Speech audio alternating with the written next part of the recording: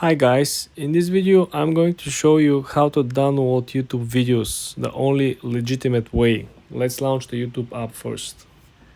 Let's look for example some video that we want to download. Let's say we want to download this video over here, right? All you gotta do is to click on the three dots under the video itself.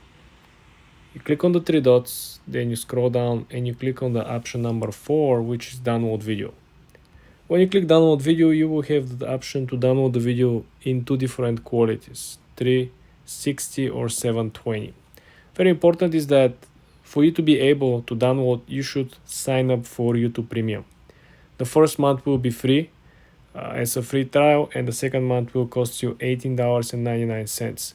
The second benefit of having YouTube Premium is that you will be able to watch YouTube videos without watching ads, which I believe it's very important for a lot of people, and it's something that they definitely would demand for.